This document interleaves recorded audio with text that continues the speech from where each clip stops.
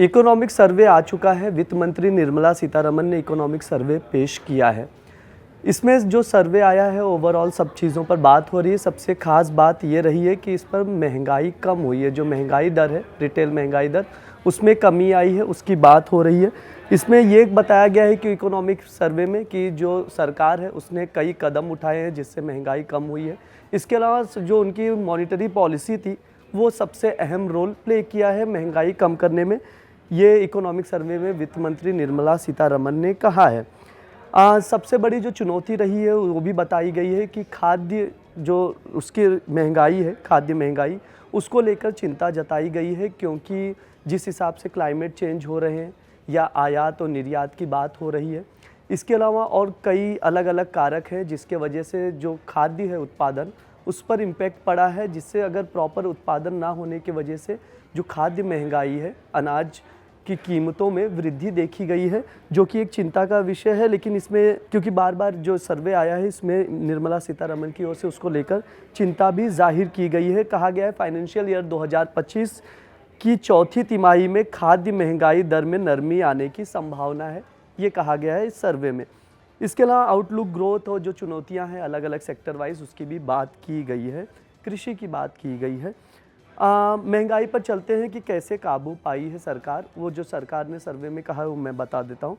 पहले IMF के जो रिपोर्ट आई थी उसके मुताबिक 2022 में जो ग्लोबल महंगाई दर था वो सबसे ज़्यादा चरम पर था, 8.7% थी। इसके अलावा जो देश की बात करें, हमारे देश की जो फाइनेंशियल ईयर 2024 था उसमें कुछ हद तक राहत मिली थी, 5.4% पर आया था महंगाई दर। हालांकि जो फाइनेंशियल ईयर 2024 है उससे गिरकर जो फाइनेंशियल ईयर 2025 के अप्रैल से दिसंबर के बीच की बात है, तो ये 5.4% से गिरकर 4.9% पर रही है, यानी महंगाई कम हुई है, रिटेल महंगाई कम हुई है। तो इसमें जो कदम की बात की गई है तो सरकार ने अलग अलग स्टेप्स लिए थे।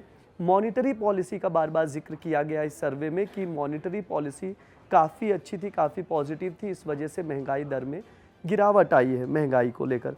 इसके अलावा जो सबसे ज़्यादा चैलेंजेस थे उसकी भी बात की गई है। सप्लाई चेन को लेकर बात की गई है। मौसम की चरम स्थिति जो मैंने अभी बताया, क्लाइमेट चेंज हो रहा है जिस हिसाब से, उसका इम्पैक्ट कहीं ना कहीं पड़ रहा है। जो सब्जियां हैं, दाल हैं, इसकी कीमतें लगातार बढ़ रही हैं। ये लगातार चुनौती रहा है खाद्य महंगाई की लेकर। बेमौसम बारिश, लू का आना जैसे जो क्लाइमेट से रिलेटेड चीज़ें हैं उसका भी इम्पैक्ट कहीं ना कहीं पड़ा है। तो जो खाद्य की बात हो रही थी, खाद्य महंगाई दर की, वो हमेशा से चुनौती रही है।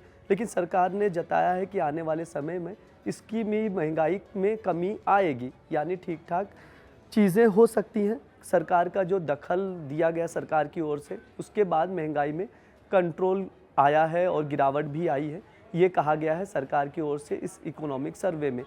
हम लगातार इकोनॉमिक सर्वे से जुड़ी खबरें आप तक लेकर आ रहे हैं। इसके अलावा कल बजट भी पेश होगा, वो खबर भी हम आप तक लेकर आएंगे। बजट में जो भी कुछ होगा वो हम आप तक लेकर आएंगे। जुड़े रहिए दैनिक जागरण के साथ। शुक्रिया।